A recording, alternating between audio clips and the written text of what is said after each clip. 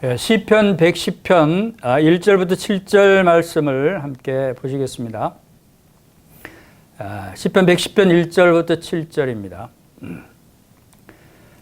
여호와께서 내 주에게 말씀하시기를 내가 내 원수들로 내 발판이 되게 하기까지 너는 내 오른쪽에 앉아 있으라 하셨도다. 여호와께서 시온에서부터 주의 권능의 귀를 보내시리니 주는 원수들 중에서 다스리소서. 주의 권능의 날에 주의 백성이 거룩한 옷을 입고 즐거이 헌신하니 새벽 이슬 같은 주의 청년들이 주께 나오는도다. 여호와는 맹세하고 변하지 아니하시리라 이르시기를 너는 멜기세덱의 서열을 따라 영원한 제사장이라 하셨도다. 주의 오른쪽에 계신 주께서 그의 노하시는 날에 왕들을 쳐서 깨뜨리실 것이라. 문나라를 심판하여 시체로 가득하게 하시고 여러 나라의 머리를 쳐서 깨뜨리시며 길가의 시냇물을 마심으로 그의 머리를 드시리로다. 아멘. 시편 110편 1절부터 7절 말씀을 읽어드렸습니다. 오늘 말씀은 멜기세덱 서열의 영원한 제사장이라는 주제로 말씀을 나누겠습니다. 우리는 왜 영원한 구원에 대한 확신이 흔들리고 있습니까? 왜 성도들이 염려와 두려움과 또 여러 가지 일들로 괴로워하고 있습니까? 왜 구원받은 성도들이 영적인 충만한 삶을 살지 못하는 성도들이 많이 있습니까? 하나님의 사랑은 영원한 사랑인 것을 잘 모르기 때문입니다. 그리스도께서 지금 우리에게 어떤 분인가를 잘 안다면 우리는 영적인 충만한 삶을 살 수 있을 것입니다.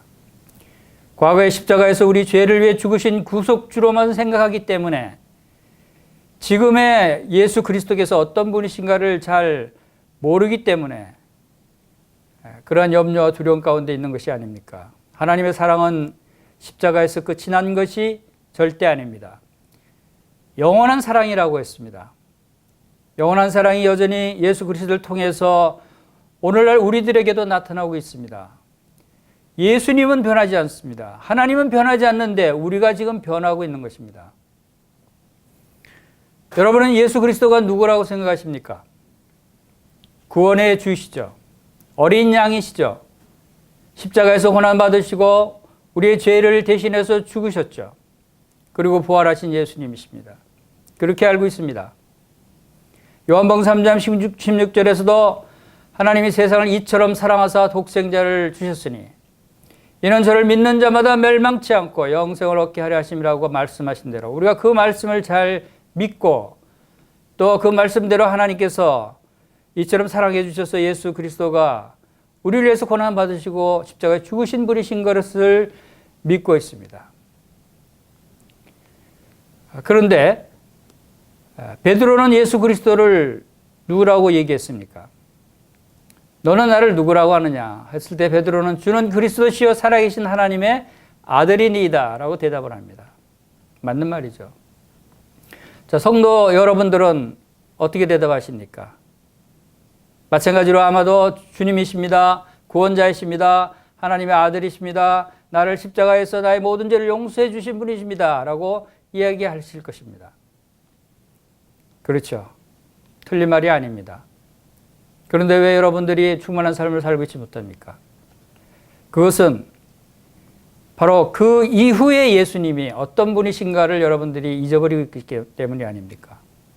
십자가에 죽으시고 부활하신 예수님이 그 이후에 지금 어디에 계십니까? 지금 여러분과 어떤 관계에 계십니까?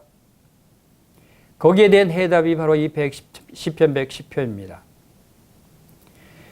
110편에 오늘 주제 말씀대로 멜기세덱이라는 분이 나옵니다. 그리고 멜기세덱 서열의 영원한 제사장이라는 분이 나옵니다. 이 멜기세덱이라는 말 뜻을 여러분들이 잘 아신다면 예수님이 멜기세덱 서열의 영원한 제사장이시다는 사실을 여러분들이 잊지 않고 믿는다면 여러분은 삶이 달라질 것입니다. 멜기세덱이라는 뜻은 나의 왕, 나의 영원한 제사장이라는 뜻입니다. 부활하신 예수님께서 지금 계신 곳이 바로 하나님 보좌 우편이라고 말씀하셨습니다. 그곳에서 멜기세덱 서열의 영원한 제사장으로 계신다는 것입니다. 근데 히브리서 5장에 보면 이 멜기세덱에 관해서 말씀하시면서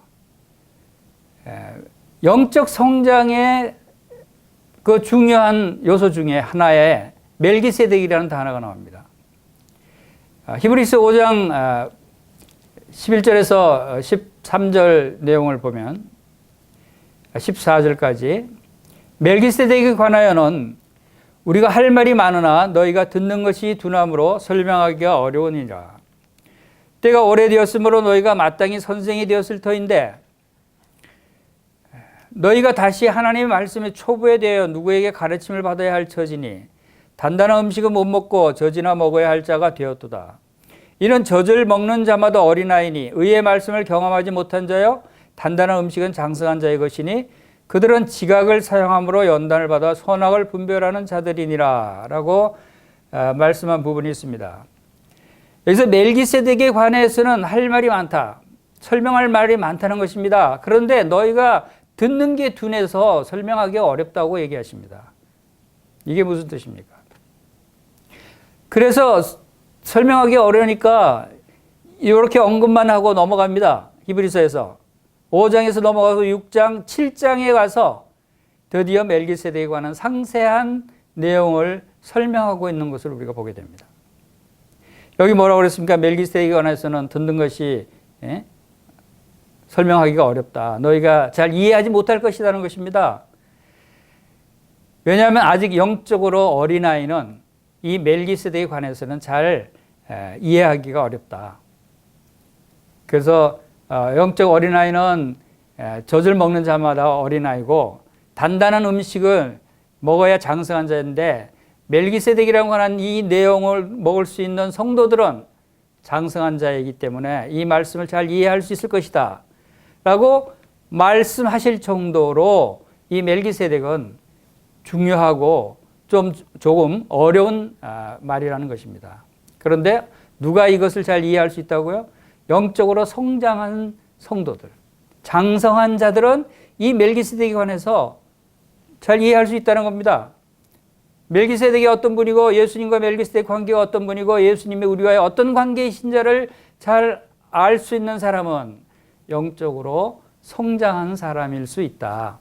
물론 다 꼭 멜기세덱 부분만 그렇다는 건 아니지만 이 멜기세덱 한 부분에서도 영적으로 성장한 사람들은 이 멜기세덱에 대해서 자세히 알고 그로 인해서 예수님과 나와 우리와의 관계에 대해서 잘 알 때 우리는 영적으로 성장하는 사람이 될 수 있는 것입니다. 영적으로 성장한다는 것은 바로 어떤 환난과 고난과 어려움과 두려움이 닥치더라도 그것을 극복하고 그런 가운데서도 영적으로 충만한 삶을 살 수 있는 그러한 성도가 장성한 자 아니겠습니까? 여러분들이 만약 오늘 이 멜기세덱에 대해서 자세히 설명을 드릴 것입니다. 이 멜기세덱에서 자세히 설명을 듣고 여러분들이 이해가 되고 아멘 하신다면 여러분은 장성한 자가 되신 것입니다.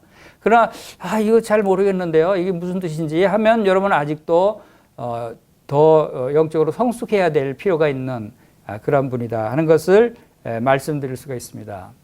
그래서 이 110편은 굉장히 중요한 말씀입니다. 이 110편은 우리가 계속해서 이 시편 말씀들을 몇 군데 살펴보고 있지만 다윗을 통해서 예수 그리스도에 관한 그 말씀을 이렇게 상세하게 예언하고 있는 아주 귀중한 말씀이 시편 말씀입니다. 그중에 우리가 지난번에 살펴본 18편, 22편, 69편 이 말씀들은 바로 메시아 예수 그리스도에 관한 예언들, 즉 그리스도의 고난이나 죽음과 부활에 대해서 살펴봤습니다. 그리고 이제 이 시편 110편에 와서는 우리가 부활 승천하신 예수님, 그리고 지금 하나님 보좌 우편에 올라가셔서 영원한 대제사장이 되시고 그 후에 권능의 왕권을 가지시고 다시 지상에 재림하셔서 악의 세력들을 다 심판하시고 만왕의 왕으로 진정한 우주 통치권을 가지고 만물을 다스리게 될 것을 예언하고 있습니다. 이 다윗의 시 중에 이 110편은 구약의 다른 어떤 구절보다도 더 신약에 많이 인용하고 언급된 말씀 중에 하나입니다. 굉장히 많이 신약에서 이 110편 말씀을 인용하고 있어요. 그만큼 이 110편 말씀은 그리스도에 대해서 대단히 중요한 사실들을 말씀하고 있는 것입니다. 그 중에 먼저는 첫 번째는 하나님 우편에 계신 영화롭게 되신 주님으로 이렇게 설명하고 있습니다. 두 번째로는 우주의 통치권을 가지고 지상에 재림하시는 영광의 왕으로 표현하고 있습니다. 그리고 세 번째로는 멜기세덱의 반차를 쫓는 영원한 제사장으로 메시아를 묘사하고 있습니다. 그럼 이제 세부 구절들을 통해서 우리가 살펴보겠습니다. 시편 110편 1절에는 여호와께서 내 주에게 말씀하시기를 내가 네 원수들로 네 발판이 되게 하기까지 너는 내 오른쪽에 앉아 있으라 하셨도다 라고 말씀하십니다. 자, 여기서 우리는 다윗의 주님이 누구신가를 알 수 있습니다. 다윗은 여호와를 부릅니다. 그리고 내 주에게 말씀하시고 여호와와 내 주, 다윗의 주가 다른 인격체인 것을 우리가 알 수 있죠.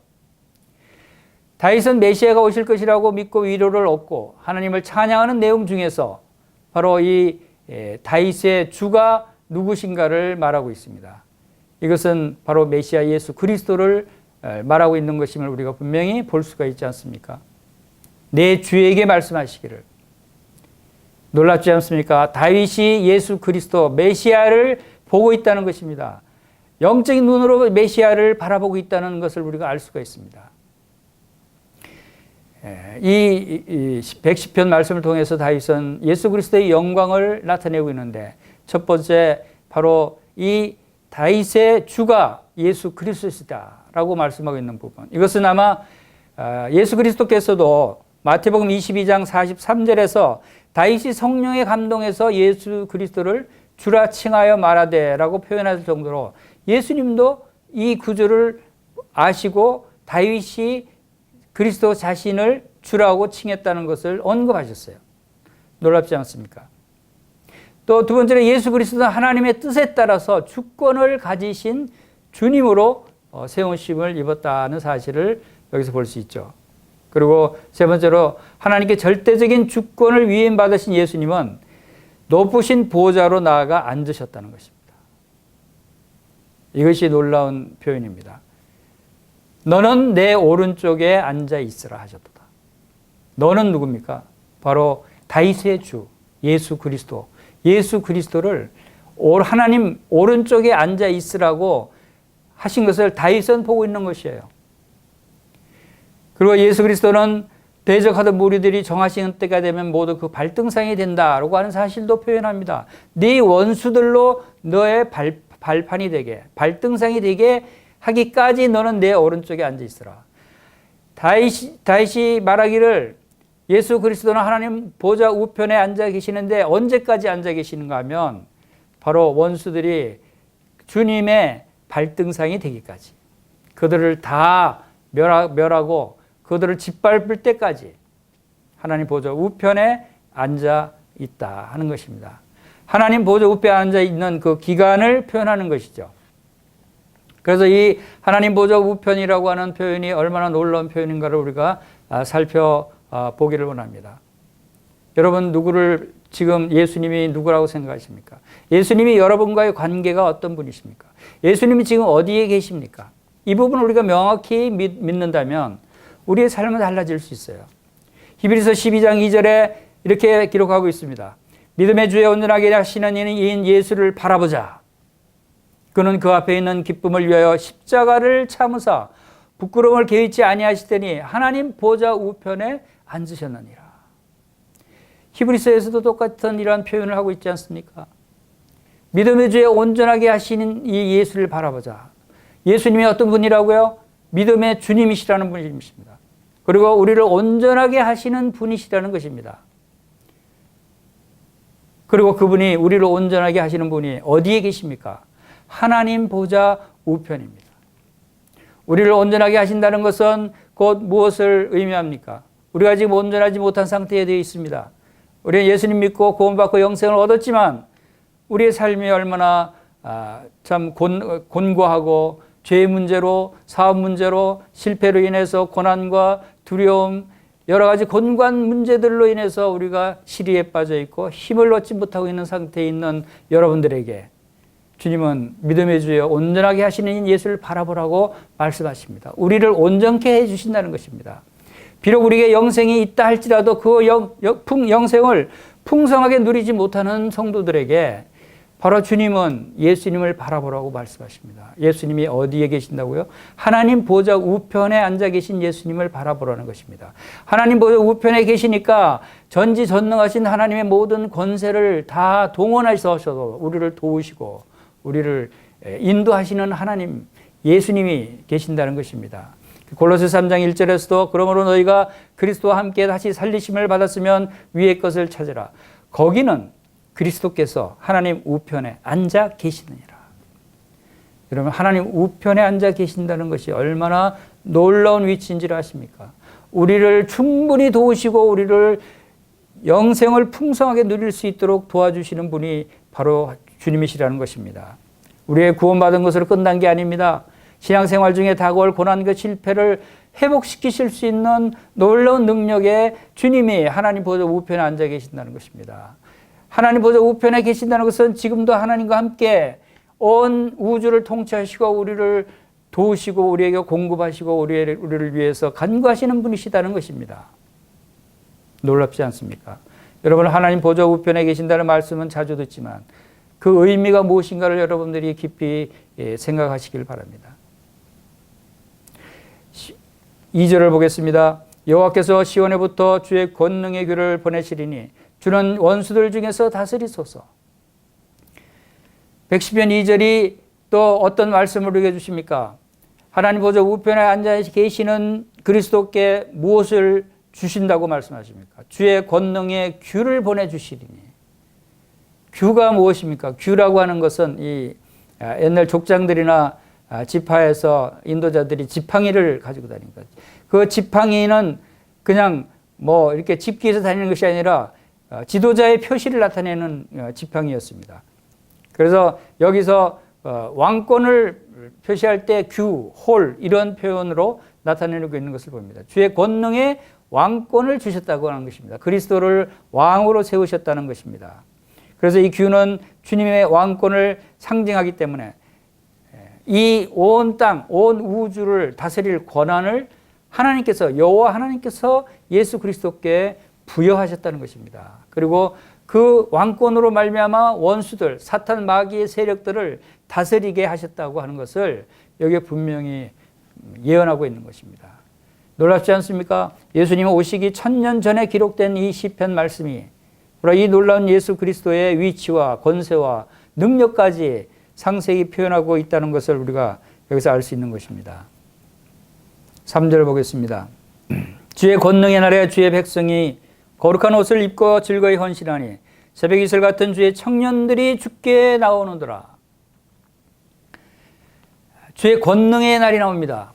바로 하나님이 예수 그리스도에게 주신 그 왕권으로 그리스도께서 거룩하산 시온산으로부터 하나님의 군대를 이끌고 이제 악의 세력들을 물리칠 그날을 말씀하고 있는 것입니다. 주님께서 이 세상에 재림하실 그날을 말씀하고 있는 것입니다. 바로 요한계시록 19장에 백마 타고 오시는 주님의 모습, 하늘 군대를 이끌고 이 땅에 오셔서 사탄 마귀의 그 악의 무리들을 모두 멸하시는 그러한 장면이 바로 이 말씀을 통해서 예언된 것입니다. 이 백성들은 누굽니까? 이 백성 모두 주의 백성들은 하나님께서 주신 것입니다. 주님께서도 요한복음 17장 6절에 말씀하셨습니다. 저희는 아버지의 것이었는데 내게 주셨으며, 그래서 아버지께서 주신 주의 백성들을 예수님께 주셨다고 말씀하십니다. 예수님께서 그 백성들을 구속하신 것입니다. 그리고 두 번째로 그들은 즐거이 헌신하는 백성입니다. 즐거이 헌신한다는 것은 바로 자원해서 즐거운 마음으로 성도들이 주님을 위해서 헌신하는 그러한 자원하는 군사들을 의미하는 것입니다. 그리고 세 번째로 그들은 주의 권능의 날에 이와 같이 하는 모습을 봅니다. 권능의 날이라는 것은 주께서 그 백성들을 모으시는 날, 하늘 군대가 움직이는 날입니다. 즉 주님께서 하나님 하늘 군대들과 함께 이 땅에 재림하시는 그날이 바로 주의 권능의 날이 될 것입니다. 그리고 그들은 그날에 거룩한 옷을 입고 옵니다. 거룩한 옷이라는 것은 바로 이 성경에는 거룩한 세마포 옷으로 표현되고 있습니다. 바로 요한계시록에 여러 군데 세마포 옷이 나옵니다. 이것은 우리가 천국에서 입게 될 거룩한 옷을 말하는 것입니다. 그리고 특별히 새벽이슬 같은 주의 청년들이 주께 나오는도다. 새벽이슬 같은 청년들. 청년들이 얼마나 힘이 있습니까? 생명력이 있습니까? 청년들이야말로 하나님의 백성들입니다. 그런데 여기서 말씀하고 있는 것은 나이로 청년들, 청소년들, 청년들만 얘기하는 것이 아니라 하나님의 백성들을 지칭하고 있습니다. 이 거룩한 옷을 입고 즐거이 헌신하며 나오는 하나님의 백성들을 새벽 이슬 같은 청년들이라고 표현하고 있습니다. 이것은 곧 우리 모든 성도들은 새벽 이슬 같은 주의 청년들입니다. 영적으로 청년처럼 힘이 있는 것입니다. 이슬이 아침에 생기듯이 바로 신선하고 밝고 강력한 주의 군대로 되어서 나올 것입니다. 이 청년들이야말로 이슬이 아침에 생명을 주고 자라게 하듯이 풍요롭게 하듯이 온 세상을 풍요롭게 할 그러한 청년들이 아닙니까? 바로 우리 모든 성도들은 영적으로 주의 청년들입니다. 여러분들은 주님 안에서 노인이라고 생각하십니까? 여러분 주님 안에서 어린아이라고 생각하십니까? 아닙니다. 우리의 모든 성도들은 영적으로 충만할 때 우리는 새벽 이슬 같은 청년들로 주님께서 보신다고 하는 것입니다. 4절 보겠습니다. 여호와는 맹세하고 변하지 아니하시리라. 이러시기를 너는 멜기세덱의 서회를 따라 영원한 제사장이라 하셨도다. 자, 오늘 주제의 말씀이 여기에 나옵니다.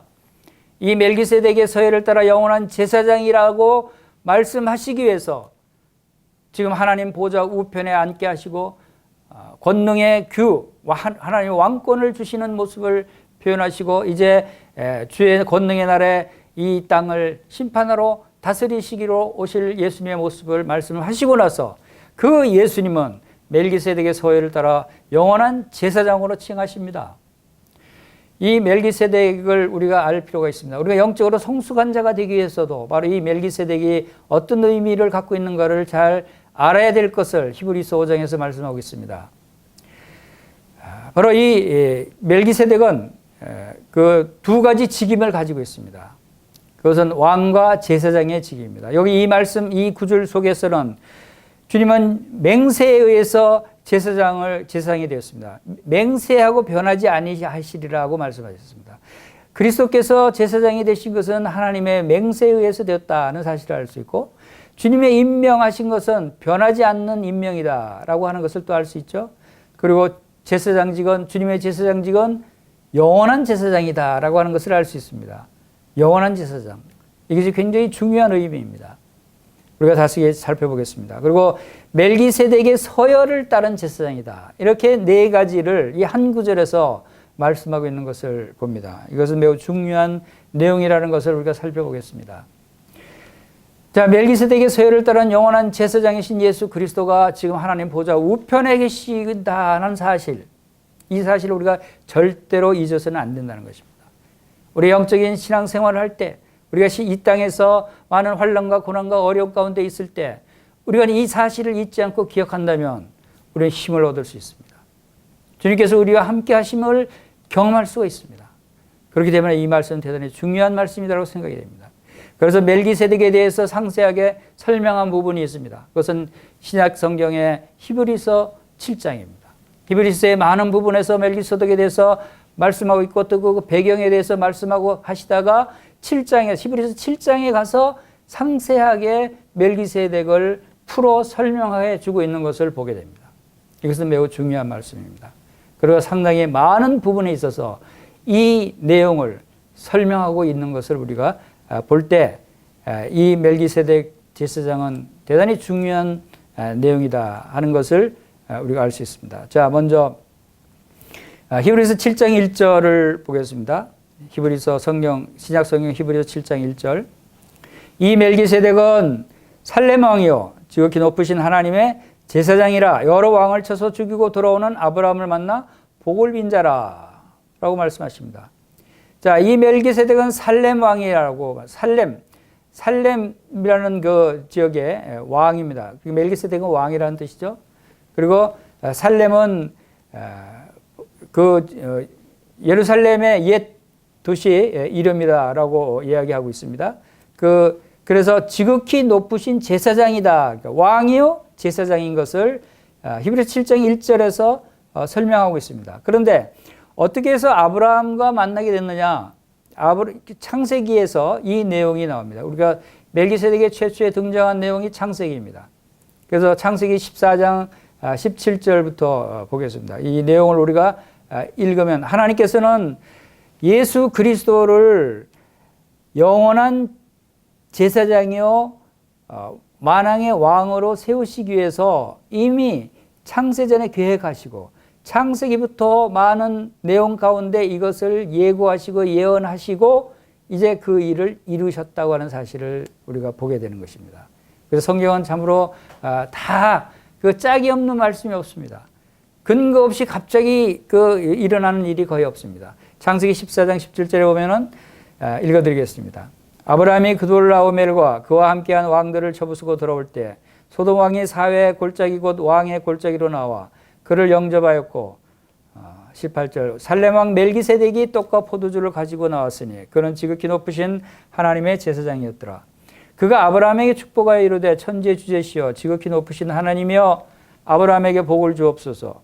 너희 대적을 내 손에 붙이신 지극히 높으신 하나님을 찬송할지로다. 아멘. 아브라함이 그 얻은 것에서 10분의 1을 멜기세덱에게 주었더라. 근데 살렘 왕은 누구라고 창세기에서 말씀하고 있냐면 지극히 높으신 하나님의 제사장이다라고 말씀하고 있습니다. 그래서 그 제사장이 아브라함에 축복합니다. 아브라함에 축복하고 또 아브라함은 그에게 10분의 1을 멜기세덱에게 주었다 하는 기록을 우리가 여기서 보게 됩니다. 그래서 멜기세덱은 왕과 제사장 직분을 함께 보유한 그러한 분이고 살렘은 예루살렘의 옛날 이름이고 멜기세덱은 살렘의 의로운 왕이다라고 하는 사실로 볼 수 있죠. 멜기세덱은 제사장이라고 불려진 첫 번째 사람입니다. 성경에서 첫 번째로 제사장이라고 불려진 사람이고 왕과 제사장의 직분을 함께 가진 첫 번째 사람이에요. 자, 이런 멜기세덱이 예수 그리스도와의 어떤 관계가 있는가 하는 것을 또 우리가 살펴볼 것입니다. 또 히브리서 7장 2절에서는 아브라함이 모든 것의 10분의 1을 그에게 주니라. 그 이름을 해석하면 먼저는 의의 왕, 그 다음엔 살렘 왕이니 곧 평강의 왕이요 라고 합니다.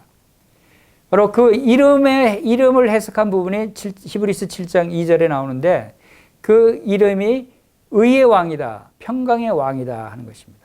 바로 예수 그리스도께서 의의 왕이 되시고 예수 그리스도께서 평강의 왕이 되심을 나타내고 있는 것입니다.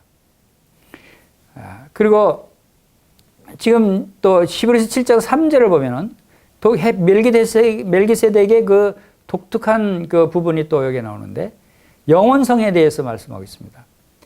아버지도 없고 어머니도 없고 족보도 없고 시작한 날도 없고 생명도 끝도 없어 하나님의 아들과 닮아서 항상 제사장으로 있느니라.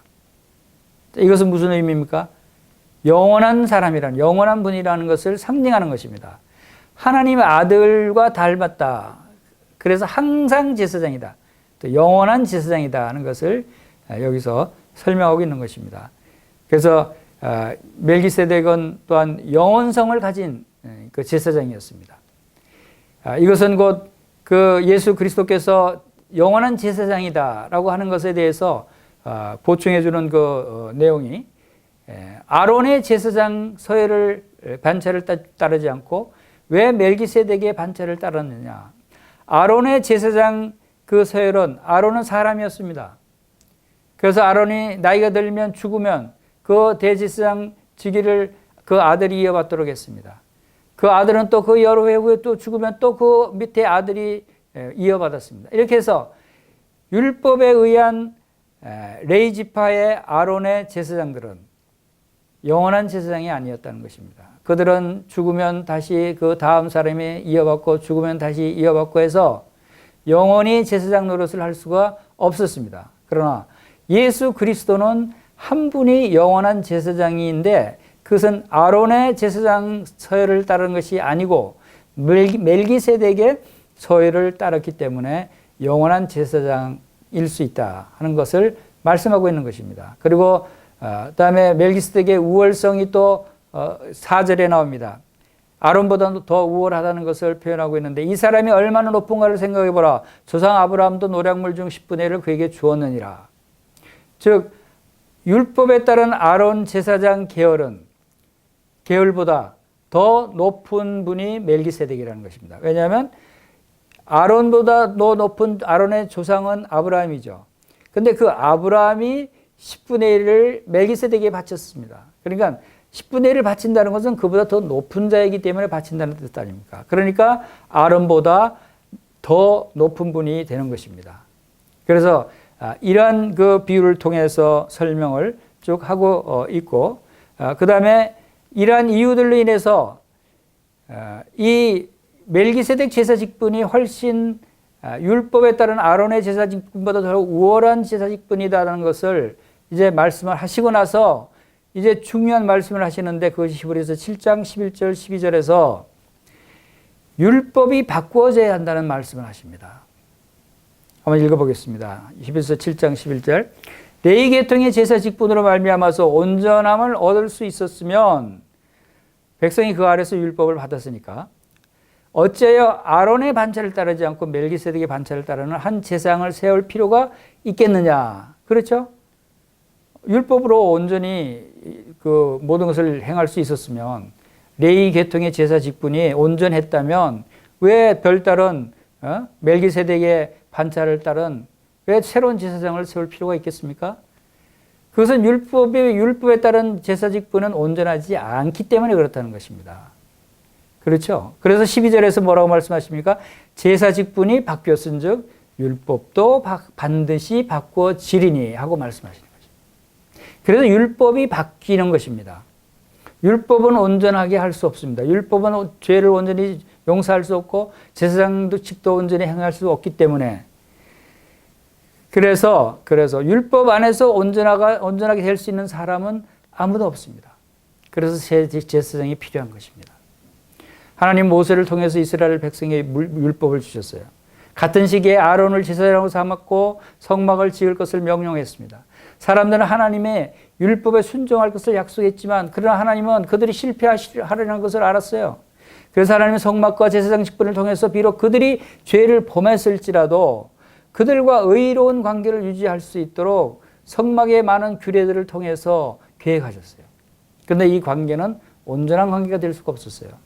그들이 제사를 지내서 죄를 용서받고 또 죄를 지면 또 제사를 지내서 용서받아야 되고 또 제사장이 죽으면 또 다른 제사장이 해야 되고 이렇게 온전하지 못한 것이 율법의 제사 관계였어요. 그러나 멜기세덱 같은 제사장은 그와 다르다는 것입니다. 율법과 제사장은 그때 이스라엘 백성을 위해서 하나님께서 준비하신 것이었습니다. 이스라엘 백성들을 위해서. 그리고 제사장 직분은 아론의 계열에서 멜기세덱 계열로 바뀌실 계획을 세우시고 율법도 바꿀 계획을 세우신 겁니다. 그래서 새 언약을 세우시고 이제 새로운 제사장 계열인 멜기세덱 반차를 따르는 영원한 제사장을 세우셨는데 그분이 예수 그리스도시다 하는 것을 이제 설명하고 있는 것입니다. 그래서 히브리서 7장 13절에 더 상세히 또 표현되고 있습니다. 추가적으로 이것은 한 사람도 제단 일을 받지 않는 다른 지파에 속한 자를 가리켜 말한 것이라. 다른 지파에 속한 자, 예수님은 레위 지파가 아니라는 거죠. 우리 주께서는 유다로부터 나신 것이 분명하도다. 이 지파에는 모세가 제사장들에 관하여 말한 것이 하나도 없고, 그렇죠? 모세가 유다 지파에서 제사장이 나오리라는 말은 한 적이 없습니다. 15절 멜기세덱과 같은 별다른 제사장이 일어나는 것을 보니 더욱 분명하도다. 16절 그는 육신에 속한 한 계명의 법을 따르지 아니하고 오직 불멸의 생명의 능력을 따라되었으니 불멸의 생명의 능력을 따라되었다. 이 말씀이 매우 중요합니다. 이것은 율법 아래서는 제사장이 될 수 없지만 이제 예수님은 유다 지파에 속하였고 또 예수님께서 이 땅에 오셔서 십자가에서 이 세상 모든 사람들의 죄를 대신한 희생 제물로 죽으셨어요. 예수님께서 죽으셨다가 죽은 자 가운데 머물러 계시지 않고 이제 사흘 만에 다시 부활하셔서 부활 생명으로 영원한 불멸의 생명을 가지셨어요. 이 불멸의 생명은 죽지 않는 영원한 생명이라는 뜻입니다. 그 능력을 따라 제사장이 된 것입니다. 그래서 히브리서 7장 17절에는 증언하기를 네가 영원히 멜기세덱 반차를 따르는 제사장이라 하였도다. 여기에 말씀하십니다. 이 증언하기를 하는 것은 어디에 증언했다는 얘기입니까? 이것은 바로 시편 110편을 의미하는 것입니다. 시편 110편에 증언하기를 영원히 멜기세덱 반차를 따르는 제사장이라 하였도다 라고 다시 언급하고 있습니다. 그리고 18절에는 전에 있었던 계명은 연약함으로 무익함으로 패하고 19절 율법은 아무것도 온전하게 못할지라 이에 더 좋은 소망이 생기니 이것으로 우리가 하나님께 가까이 나가느니라. 자, 이 전에 있던 계명 율법은 전에 있던 계명에 의한 레위 지파의 아론 계열의 제사장들은 이제 연약해서 무익함으로 이제 패하게 되고 이제 새로운 제사장 영원히 멜기세덱 반차를 쫓는 제사장을 다시 세우는 것입니다. 그래서 이래서 우리는 이제 율법이 바뀌게 되는 것을 여기서 설명하고 있는 것입니다. 그래서 19절에 보십시오. 율법은 아무것도 온전하게 못할지라. 율법은 온전하게 못했다고 설명하고 있습니다. 그래서 하나님은 그것을 폐하신 것입니다. 율법은 죄인임을 깨닫게 하지만 그러나 죄인을 구원할 수는 없는 것입니다. 율법은 우리를 그리스도께로 인도하긴 했습니다. 갈라디아서 3장 19절에는 그런즉 율법이 무엇이냐 범법함으로 더하여진 것이라 천사들을 통해서 한 중보자의 손으로 베푸신 것인데 약속하신 자손이 오시기까지 있을 것이라 라고 말씀하십니다. 율법은 약속하신 자손이 오시기까지 있게 하셨어요. 왜? 약속하신 자손 예수 그리스도가 오실 때까지는 율법이 필요했습니다. 죄인을 깨닫게 하고 또 그리스도께로 인도하는 역할을 했기 때문에. 그런데 이제 이미 그리스도께서 오셨기 때문에 지금 우리는 율법 아래 있는 것이 아니라 우리가 구원받은 것은 율법 안에서 구원받은 것이 아닙니다. 우리의 행위와 의로운 일들로 인해서 구원받은 것이 아닙니다. 우리는 새로운 법, 새 언약에 의해서 그리스도의 은혜로 구원받은 것입니다. 그렇기 때문에 율법을 믿는 자들은 은혜로 구원받을 수가 없는 것입니다. 우리는 그리스도께서 온전히 이루어주신 십자가의 공로를 통해서 그리스도 안에서 더 나은 소망을 갖게 된 것입니다. 바로 이 소망으로 인해서 우리는 하나님께로 더 가까이 나아갈 수 있게 됐습니다. 예수 그리스도의 은혜는 율법보다 더 좋은 축복이라고 말씀하십니다. 더 좋은 소망이라고 말씀하십니다. 히브리서 7장에서는 더 좋은 언약이라고 말씀하시고 더 좋은 약속이라고 말씀하십니다. 히브리서 9장에서는 더 좋은 재물이라고 말씀하시고 10장에서는 더 좋은 산업, 11장에서는 더 좋은 본향, 11절에서 더 좋은 부활, 그리고 더 좋은 계획. 이 모든 부분에 있어서 더 좋은 것이 바로 그리스도의 은혜인 것입니다. 율법 아래 놓여있던 자들은 이제 해방됐습니다. 그리고 히브리서 7장 20절에 보면은 이러한 놀라운 일이 어떻게 된 것이냐면 예수께서 제사장 되신 것은 맹세 없이 된 것이 아니니라고 20절에 말씀하십니다. 히브리서 7장 20절에 또 예수께서 제사장 되신 것은 맹세 없이 된 것이 아니다. 누구의 맹세로 됐다고요? 하나님이 맹세하신 것입니다. 21절에 보면은 그들은 맹세 없이 제사장이 되었으되 오직 예수는 자기에게 말씀하신 이로 말미암아 맹세로 되신 것이라. 주께서 맹세하시고 뉘우치지 아니하시리니 네가 영원히 제사장이라 하셨도다. 놀랍지 않습니까? 하나님이 말씀하십니다. 하나님이 그냥 말씀하셔도 절대 변하지 않는 불변의 말씀입니다. 그런데 하나님께서는 거기에다가 또 맹세까지 하십니다. 영원히 제사장이라. 이것은 바로 우리를 위한 하나님의 자비로우신 뜻입니다. 우리에게 분명히 알게 하시기 위한 하나님의 뜻입니다. 이와 같이 예수는 더 좋은 언약의 보증이 되셨느니라. 맹세로 하시고 예수님은 언약의 보증이 되셨습니다. 여러분, 보증인이 있다고 하는 것이 얼마나 든든합니까? 어떤 약속이나 어떤 계약에서도 보증이 있으면 든든한 것입니다. 그것은 그거 깨지지 않는 것입니다. 하나님의 맹세는 예수님이 율법 첫 첫 언약보다 더 좋은 언약의 보증이 되셨음을 확실하게 우리에게 보여주고 있는 것입니다. 이 보증은 여러 군데 나옵니다. 하나님은 우리를 확실하게 믿게 하기 위해서, 흔들리지 않게 하기 위해서, 이 세상으로 떠나가게 하지 않기 위해서 이 보증을 주셨습니다. 고린도후서 1장 22절에는 그가 또한 우리에게 인치시고 보증으로 우리에게 성령을 주셨느니라고 말씀하십니다. 인치고 보증으로 우리에게 성령까지 주셨습니다. 또 고린도후서 5장 5절에는 곧 이것을 우리에게 이루시고 보증으로 성령을 우리에게 주신 이는 하나님이시니라 그랬어요. 에베소서 1장 14절에서는 이는 우리 기업의 보증이 되사 그 얻으신 것을 속량하시고 그 영광을 찬송하게 하려 하심이라. 하나님이 이렇게 자상하십니다. 맹세하시고 보증이 되시고 보증으로 성령님을 주시고 하나님이 보증하시고 예수님이 보증하십니다. 여러분 그래도 못 믿겠습니까? 그래도 불안합니까? 그것은 여러분이 믿음이 없는 것입니다. 영적으로도 성장해야 하는 것입니다. 히브리서 7장 23절 보겠습니다. 제사장된 그들의 수혜가 많은 것은 죽음으로 말미암아 항상 잊지 못하되 예수는 영원히 계심으로 그 제사장 직분도 갈리지 아니하시니라. 이거 다시 영원한 제사장에 대해서 분명하게 말씀하고 계시는 부분입니다. 예수는 영원히 계십니다. 그리고 그 제사장 직분도 갈리지 아니하는 것입니다. 7장 25절 보겠습니다. 이것은 여러분들이 같이 한번 읽으면 좋겠습니다. 히브리서 7장 25절 그러므로 자기를 힘입어 하나님께 나아가는 자들을 온전히 구원하실 수 있으니 이는 그가 항상 살아계셔서 그들을 위하여 간구하심이라. 이러한 대제사장은 우리에게 합당하니 거룩하고 악이 없고 더러움이 없고 죄인에게서 떠나 계시고 하늘보다 높이 되시니라 라고 말씀하십니다.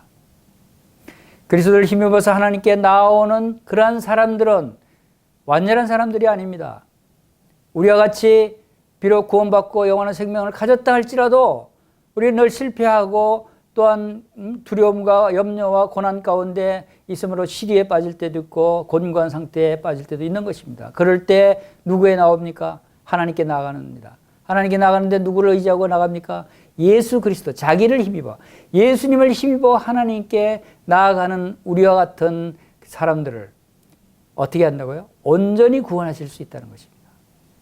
놀랍지 않습니까? 여러분 두려움 가운데 있습니까? 여러분 곤고합니까? 여러분 염려 가운데 있습니까?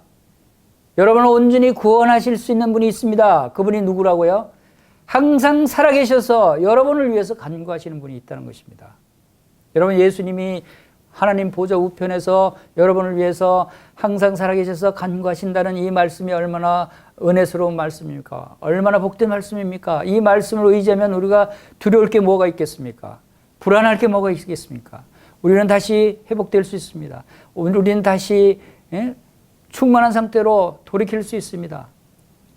왜냐하면 주님께서 계속해서 우리의 제사장이죠. 여러분 영원한 제사장이라고 주님이 말씀하셨습니다. 영원한 제사장입니다. 영원한 제사장이라는 것은 과거에 우리를 위해서 제사장 직분을 행하실 뿐만 아니라 지금도 제사장 직분을 행하신다는 것입니다. 제사장 직분은 우리를 도우시는 분입니다. 우리의 중보자이십니다. 우리를 하나님께 대언하시는 분이십니다. 우리의 죄를 용서하시는 분이십니다. 지금도 용서하고 계시는 것입니다. 이러한 대제사장 우리에게 합당하다고 말씀하십니다. 그분은 거룩하고 악이 없고 더러움이 없고 죄인에게서 떠나 계시고 하늘보다 높이 되신 분이시라고 말씀하십니다. 이러한 분이 우리에게 합당합니다. 이러한 대제사장이 우리에게 있어야 하는 것입니다. 얼마나 감사한 일입니까? 여러분 이 예수 그리스도를 영접하셨습니까? 항상 지금도 여러분을 위해 간구하고 있는 예수님을 믿습니까? 그런데 왜 불안해하십니까? 영적으로 성숙한 사람은 이 멜기세덱 반사를 쫓는 영원한 대제사장을 알고 믿고 의지함으로써 불안해하지 않는 것입니다. 여러분 우리가 이 세상에서 누구의 사랑을 가장 귀하게 봅니까? 어머니의 사랑입니다. 어머니가 아이를 해산합니다. 얼마나 그 고통 가운데서 아이를 새로운 생명을 태어나게 하는 어머니의 사랑. 그러나 어머니가 아이를 사랑합니다. 근데 아이를 태어나게 해산하고는 이제 너 이제 이 세상에 내가 나오게 했으니까 너 혼자 마음대로 잘 살아봐. 혼자 살아야 돼. 하고 내버려 둡니까? 어머니의 사랑은 그렇지 않습니다. 태어난 어린아이를 계속해서 젖을 먹이고 우유를 먹이고 밥을 먹이고 자라고 배우고 가르치고 해서 성장하고 죽을 때까지 어머니의 사랑은 끊임없이 이어지는 것입니다. 여러분, 하나님의 사랑도 마찬가지 아닙니까? 하나님이 우리를 사랑하셔서 이처럼 사랑하셔서 독생자를 주시고 십자가에서 우리의 죄를 담당해서 죽게 하신 하나님의 그 사랑, 얼마나 놀라운 사랑입니까? 그 사랑을 의지하고 우리가 예수님을 믿고 구원받고 영생을 얻지 않았습니까? 그것으로 하나님의 사랑이 끝난 것입니까? 그것으로 끝난 것처럼 여러분 왜 두려워하고 슬퍼하고 있습니까? 하나님의 사랑은 그것을 끝나고 우리를 내버려 두고 너 혼자 잘 살아봐라 하고 버려두지 않습니다. 하나님의 사랑은 어머니의 사랑처럼 지속적으로 우리를 돌보시고 우리를 인도하시는 분이십니다. 그래서 하나님은 예수 그리스도를 지속적으로 우리를 사랑하고 돌보게 하시기 위해서 하나님 보좌 우편에 앉으시고 하나님 보좌 우편에 앉으시고 영원한 제사장으로 세우신 것입니다. 영원한 제사장이는 영원한이라는 말씀이 무슨 뜻입니까? 항상 제사장입니다. 항상 우리를 도우라고, 우리가 영적으로 성장하고 자라고 하나님의 그 영적으로 성숙한 자로 하나님 앞에 나올 수 있도록 우리를 지켜 보호해 주도록 끝까지 책임지고 돌보도록 예수 그리스도를 영원한 제사장으로 삼으신 것입니다. 이것이 하나님의 사랑입니다. 하나님의 사랑은 영원한 사랑이라는 의미는 바로 그런 것입니다. 여러분, 구원받은 성도가, 영원한 생명을 가진 성도가 왜 수리에 빠지고 두려워하고 염려하고 합니까? 그것은 잘못된 것입니다. 하나님의 사랑이 영원한 사랑인 것을 깨닫지 못하는 것입니다. 이것을 여러분들이 기억하시기를 바랍니다. 히브리서 7장 27절 보겠습니다. 그는 저 대제사장들이 먼저 자기를 위하여 자기 죄를 위하여 위하고 다음에 백성의 죄를 위하여 날마다 제사 드리는 것과 같이 할 필요가 없으니 이는 그가 단번에 자기를 드려 이루셨습니다. 율법은 약점을 가진 사람들을 제사장으로 세웠거니와 율법 위에 하신 맹세의 말씀은 영원히 온전케 되신 아들을 세우셨느니라.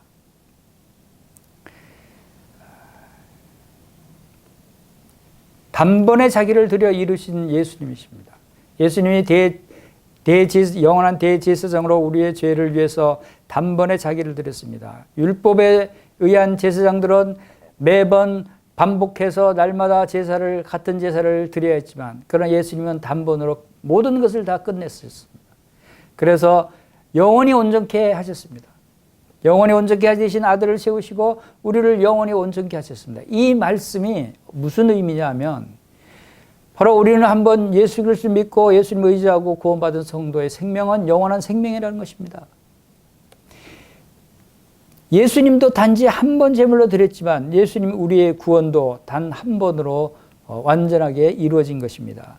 단번에 영원한 속죄를 이루셨습니다. 단번에 한 제물로 우리를 영원히 온전케 하셨다는 것입니다. 그리고 이 한 번의 제물로 우리를 영원히 거룩하게 되었다는 것입니다. 이것이 우리가 찬양할 놀라운 일이 아닙니까? 왜 히브리인들은 세상으로 돌아가려고 했을까요?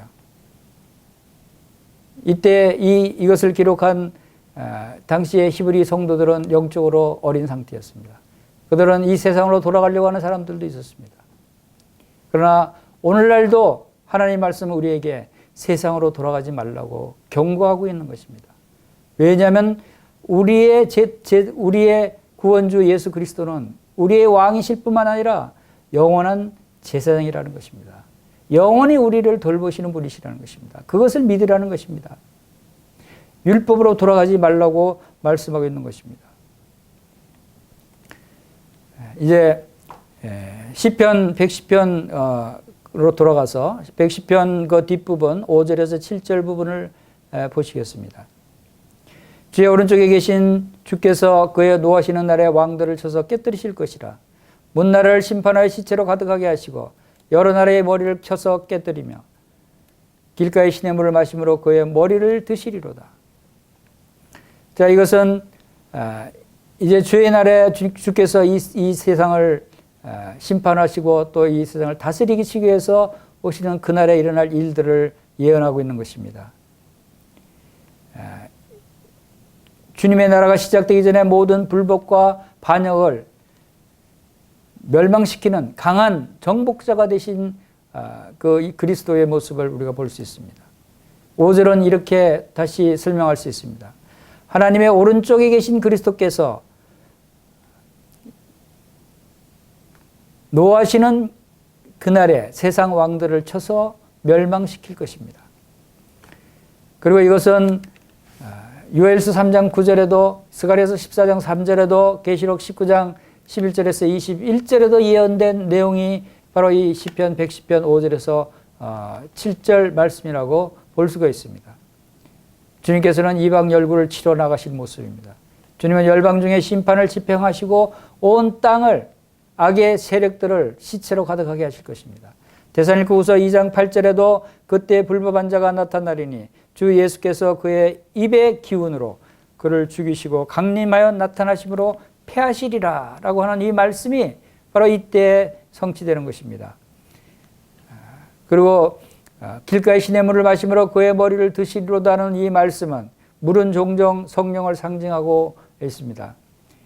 그래서 이것은 주님께서 성령의 도우심으로 새로운 마음과 새로운 힘을 얻는다는 것을 암시해 줍니다. 아울러 주님이 이어서 승리를 거두시고 그 머리를 드실 것을 설명해 줍니다. 주님은 승리하셨습니다. 실제로 요한계시록 19장 이후에 주님께서 이 땅에 하늘의 군대와 함께 백마 타고 오셔서 사탄과 마귀들과 그 악의 세력들을 다 멸하시고 그들을 이제 천년왕국을 세우시는 그 놀라운 장면을 우리에게 보여주고 있는 것입니다. 자, 이와 같이 오늘 시편 110편을 통해서 우리는 하나님께서 우리를 얼마나 사랑하시는가를 살펴봤습니다. 하나님께서 우리를 얼마나 사랑하십니까? 영원히 사랑하십니다. 하나님께서 예수 그리스도를 어떤 자리에 앉히셨습니까? 하나님 보좌 우편에 왕의 자리에 앉히셨습니다. 그리고 우리를 위해서 영원한 제사장의 자리에 앉히셨습니다. 여러분, 시편 136편에는 하나님을 찬양하는 그 시 가운데 그 인자심이 영원함이로다라고 하는 말씀이 26번이나 반복돼서 나옵니다. 시편 136편에서 처음 부분에서는 여호와께 감사하라 그는 선하시며 그 인자심이 영원함이로다. 신들 중에 뛰어난 하나님께 감사하라 그 인자심이 영원함이로다. 주들 중에 뛰어난 주께 감사하라 그 인자심이 영원함이로다. 홀로 그 기이한 일을 행하시는 이게 감사하라 그 인자심이 영원함이로다 라고 계속해서 인자심이 영원함이로다고 말씀하고 있습니다. 여기에 한 구절을 우리가 더 붙인다면 우리에게 왕이시며 영원한 제사장이신 예수 그리스도를 주신 하나님께 감사하라 그 인자심이 영원함이로다 라고 찬양할 수 있지 않겠습니까? 그 인자심이 영원함입니다. 바로 우리에게 이 놀라운 일을 이루신 이유는 하나님의 그 인자심이 영원하시기 때문입니다. 저는 이 영원함이라는 단어를 상당히 좋아합니다. 성경에 영원함이라는 단어가 461번이나 나옵니다. 이 영원함이라는 뜻은 지속적으로 그리고 항상 그리고 불변 앞으로도 언제까지나 끝까지 영원토록 이런 의미를 담고 있지 않습니까? 하나님께서 우리에게 주신 것들이 다 어떤 것들입니까? 이러한 영원한 것들이 아닙니까? 우리의 생명이 영원한 것입니다. 우리는 영원한 구원을 주셨습니다. 보호자가 영원한 것입니다. 제사장이 영원한 제사장이고 영원한 왕이고 은혜가 영원한 것이고 인자함과 선하심과 사랑과 자비와 기쁨 모든 것들이 다 영원한 것들을 우리에게 주셨습니다. 하늘에 있는 모든 신령한 것들을 다 주셨다고 말씀하셨습니다. 그런데 그것들이 다 영원한 것들이에요. 그런데 우리는 이 영원한 의미를 잊어버리고 살지 않습니까? 생명을 얻었는데도 불구하고 불평합니다. 두려워합니다. 미래가 걱정돼서 염려합니다. 남을 불평하고 미워하고 이것은 우리에게 주신 이 영원한 하늘에 있는 것들을 잊어버리고 살고 있기 때문이 아닙니까? 골로새 3장 1절에서 그러므로 너희가 그리스도와 함께 다시 살리심을 받았으면 어디를 찾으라고요? 위의 것을 찾으라고 그랬습니다. 위의 것을.